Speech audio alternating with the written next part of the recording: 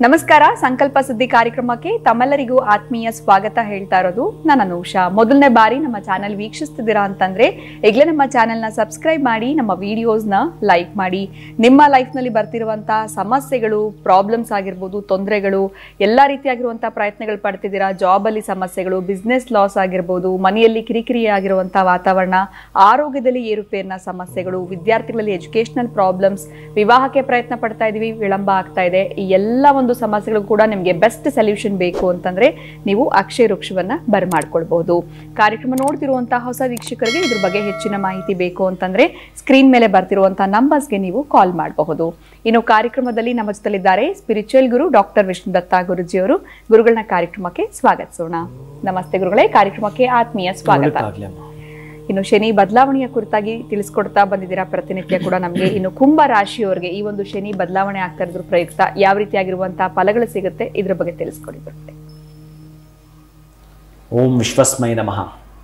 ಪ್ರೀತಿಯ ಬಂಧುಗಳೇ, ಇನ್ನು ಈ ಒಂದು ಕುಂಭ ರಾಶಿಯವರಿಗೆ ಬಹುಶಃ ಒಂದು 2.5 ವರ್ಷದ ಹಿಂದೆ ಏನು ನಿಮಗಿರ್ತಕ್ಕಂಥ ಸಾಡೆ ಸಾತಿತ್ತು, ಬಹುಶಃ ಅದೊಂದು 2.5 ವರ್ಷ ಕಳೆಯಿತು ಅನ್ಕೋಬೇಕು. ನೀವು ಕಳೆಯಿತು. ಅದು ಹೇಗೆ ನಾವು ನೆಗೆಟಿವ್ ಒಂದು ಪಾಸಿಟಿವ್ ಮಾತಾಡ್ತೀವಿ ಅಂತಂದರೆ, ನೀರು ಅರ್ಧ ಖಾಲಿ ಇದೆ ಅನ್ನೋದು ನೆಗೆಟಿವ್ ಆದರೆ, ಅಬ್ಬಾ ನೀರು ಅರ್ಧ ತುಂಬಿದೆ ಅನ್ನೋದು ನಮಗೆ ಹೇಗೆ ಪಾಸಿಟಿವ್ ತೆಗೆದುಕೊಳ್ತೀವೋ, ಬಹುಶಃ ನಿಮಗಿರ್ತಕ್ಕಂತಹದ್ದು ಇಲ್ಲಿ ಇನ್ನಿರ್ತಕ್ಕಂಥದ್ದು ಶನೇಶ್ವರ ಏನಿರ್ತಾನೋ ಇನ್ನು 2.5 ವರ್ಷ ಇಲ್ಲಿಂದ ಆಚೆಗೆ ನಿಮಗೆ ಸಾಡೆ ಸಾತಿರ್ತಕ್ಕಂಥದ್ದು. ಒಟ್ಟಾರೆ 5 ವರ್ಷಗಳ ಕಳೆದಾಗಿದೆ. ಇನ್ನೊಂದು ಅಷ್ಟು ವರ್ಷಗಳ ಕಾಲ ನಿಮಗಿರ್ತಕ್ಕಂಥದ್ದು ಏನಿರುತ್ತೋ, ಬಹುಶಃ ನೀವು ಧನಹಾನಿಯನ್ನು ನೋಡಿದಿರಿ, ಮಾನಹಾನಿಯನ್ನು ನೋಡಿದಿರಿ, ಪ್ರಾಣಹರಣಕ್ಕೂ ಕುತ್ತು ಬಂದಿತ್ತು. ಬಹುಶಃ ಅಂತಹ ದಿನಗಳನ್ನು ಅನುಭವಿಸಿದಿರಿ. ನಿಮಗೆ ಬಹುಶಃ ನಾನು ಇದನ್ನು ಸವಿ ಎಳ್ಕೊಂಡು ಹೋಗೋದಂತೂ ಬೇಡ. ನಿಮಗೆ ಧನಹಾನಿ, ಮಾನಹಾನಿ, ಪ್ರಾಣಹಾನಿ ಇದ್ರ ಬಗ್ಗೆನೇ ನೀವು ಅವಲೋಕನ ಮಾಡಿದ್ರೆ ಸಾಕು ಕುಂಭರಾಶಿಯವರೆಗೆ. ಆದರೆ ನಿಮಗಿಲ್ಲೊಂದು ಖುಷಿ, ಸಂತೋಷ ಏನು ಅಂತಂದರೆ, ನಿಮಗೆ ಗುರುಬಲ ಬರ್ತಾ ಇದೆ. ಗುರುಬಲ ಬರ್ತಾ ಇರೋದ್ರಿಂದ ಮಕ್ಕಳಾಗುವ ಸಂತಾನವಾಗ್ತಕ್ಕಂತಹ ಸಾಧ್ಯತೆ ಹೆಚ್ಚಿಗಿರುತ್ತೆ.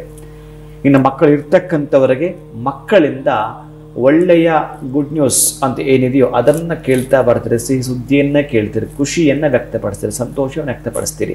ಯಾವುದೋ ಒಂದು ಜಮೀನನ್ನು ತೆಗೆದುಕೊಳ್ಳತಕ್ಕಂಥದ್ದು, ಮನೆಯನ್ನು ಕಟ್ಟತಕ್ಕಂತಹದ್ದು, ಪ್ರಾರಬ್ಧ ಕರ್ಮದಿಂದ ಹೊರಗೆ ಬರ್ತಕ್ಕಂತಹದ್ದು ಇದ್ದರೂ ಕೂಡ ಭಯ ಒಂದು ರೀತಿಯ ನಿಮಗೆ ಈ ಫೋಬಿಯಾ ಅಂತಾರಲ್ಲ, ಅದು ನಿಮ್ಮನ್ನು ಕಾಡ್ತಾ ಬರುತ್ತೆ. ಭೀತಿ ಇರುತ್ತೆ. ಯಾಕೆಂದರೆ ನಿಮ್ಮ ರಾಶಿಯಿಂದ 2ನೇ ಮನೆಯಲ್ಲೇ ಮಹಾನುಭಾವನಾಗಿರ್ತಕ್ಕಂಥ ಶನೇಶ್ವರ ಇರ್ತಾನೆ. ಆದಷ್ಟು ಸಮಂಜಸವಲ್ಲ, ಆದರೂ ಕೂಡ ಧನಸ್ಥಾನದಲ್ಲಿರ್ತಕ್ಕಂತಹದ್ದು ಬಹುಶಃ ನಿಮಗೆ ಹಣಕಾಸಿನ ವಿಚಾರದಲ್ಲಿ ಆಗಾಗ್ಗೆ ಕಾಣಿಸ್ಕೊಳ್ತಾನೆ ಇರ್ತವೆ.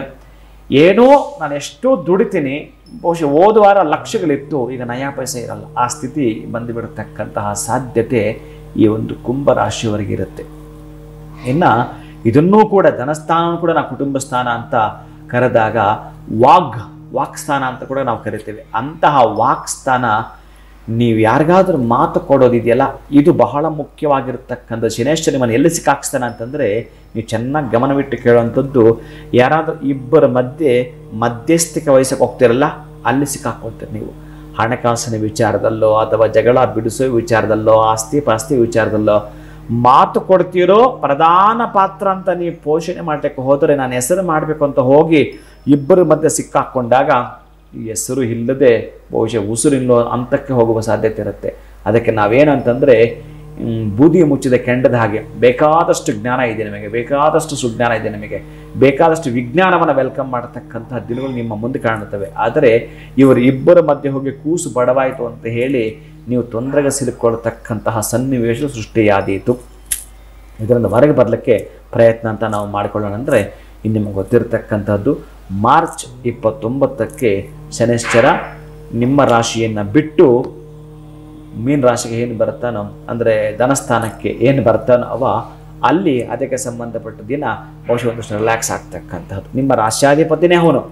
ಅಂತಹ ರಾಶ್ಯಾಧಿಪತಿ ನಿಮಗೆ ಹೆಚ್ಚಿನ ಕಿರುಕುಳ ಕೊಡಲಿಕ್ಕೆ ಸಾಧ್ಯ ಇಲ್ಲ. ಒಂದಷ್ಟು ಪರ್ಸೆಂಟೇಜ್ ಅಂತ ಹೇಳಿದ್ರು ಕೂಡ 7.5 ಎಲ್ಲರಿಗೂ ಅಪ್ಲೈ ಆಗ್ತಕ್ಕಂಥದ್ದೇ, ಪ್ರತಿಯೊಂದು ರಾಶಿ ಕೂಡ ಅಪ್ಲೈ ಆಗ್ತಕ್ಕಂಥ. ಆದ್ದರಿಂದ ಈಗ ಮೀನ ರಾಶಿಗೆ ಹೋಗಿದ್ದಾಗ ನಿಮಗೆ ಶನೈಶ್ಚರ ಎಲ್ಲಿಗೆ ಬರುತ್ತಾನೆ?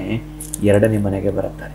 ಆ 2ನೇ ಮನೆ ಅಂತ ಬಂದಾಗ ಹಣಕಾಸಿನ ವಿಚಾರ, ಕೊಟ್ಟ ಮಾತು ಬಿಟ್ಟ ಬಾಣ, ಕೊಟ್ಟ ಮಾತು ಬಿಟ್ಟ ಬಾಣ. ಇಲ್ಲಿ ಸ್ವಲ್ಪ ಎಚ್ಚರ ಇರಲಿ.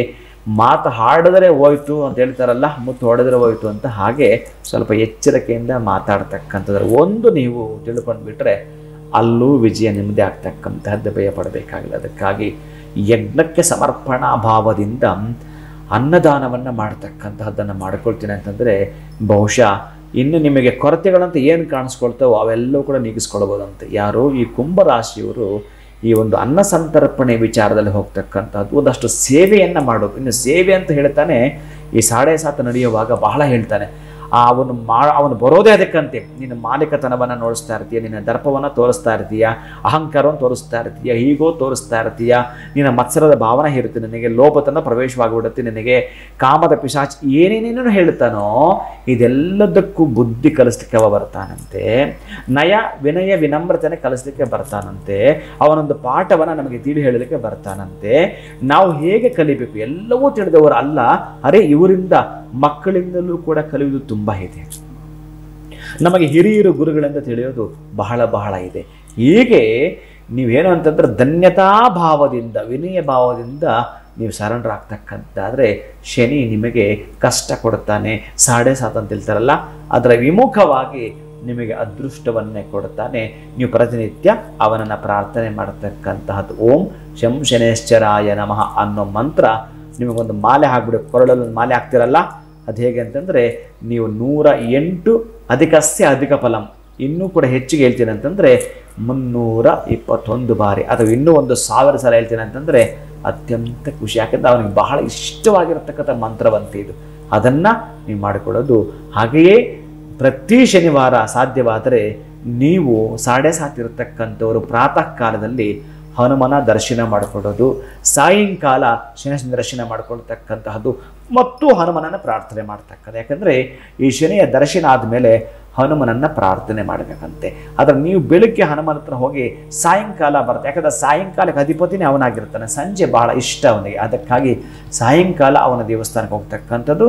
ಅಥವಾ ನೀವು ಹೀಗೂ ಮಾಡ್ಕೊಳ್ಳೋದು, ಪ್ರಾತಃ ಕಾಲಕ್ಕೊಂದು ಅಭಿಷೇಕ, ಒಂದು ಪೂಜೆಯನ್ನು ಮಾಡಲಿಕ್ಕೆ ಶನೇಶ್ವರ ದೇವಸ್ಥಾನಕ್ಕೆ ಹೋಗಿ ಸಾಯಂಕಾಲ ಹನುಮನ ದೇವಸ್ಥಾನಕ್ಕೆ ಹೋಗ್ತಕ್ಕಂಥ. ಒಟ್ಟಾರೆ ಹನುಮ ಮತ್ತೆ ಶನೇಶ್ವರನ ಪ್ರಾರ್ಥನೆ ಈ ಒಂದು ಕುಂಭರಾಶಿಯವರಿಗೆ ಕಟ್ಟಿಟ್ಟ ಬುತ್ತಿ ಬರೆದಿಟ್ಟುಕೊಂಡು ಮಾರ್ಚ್ 29ಕ್ಕೆ ಒಂದು ಎಕ್ಸಾಮ್ ನಿಮಗೆ ಎಲ್ಲಿ ಹತ್ತಿರ ಆಗುತ್ತೋ, ಎಲ್ಲಿ ಖುಷಿ ಆಗುತ್ತೋ ಅಲ್ಲಿ ವ್ಯಕ್ತಪಡಿಸ್ತಾ ಆ ಒಂದು ಎಕ್ಸಾಮಲ್ಲಿ ಪಾಲ್ಗೊಳ್ಳೋದ್ರಿಂದ ನೀವು ಉತ್ತೀರ್ಣರಲ್ಲ, ರ್ಯಾಂಕ್ ಬರ್ತೀರಿ ನೀವು. ಅಂತಹ ರ್ಯಾಂಕ್ ಬರತಕ್ಕಂಥವ ನಿಮಗೆ ಸ್ಕ್ವಾಡ್ ಅವನೇ ಹಾಕಿರುತ್ತಾನೆ.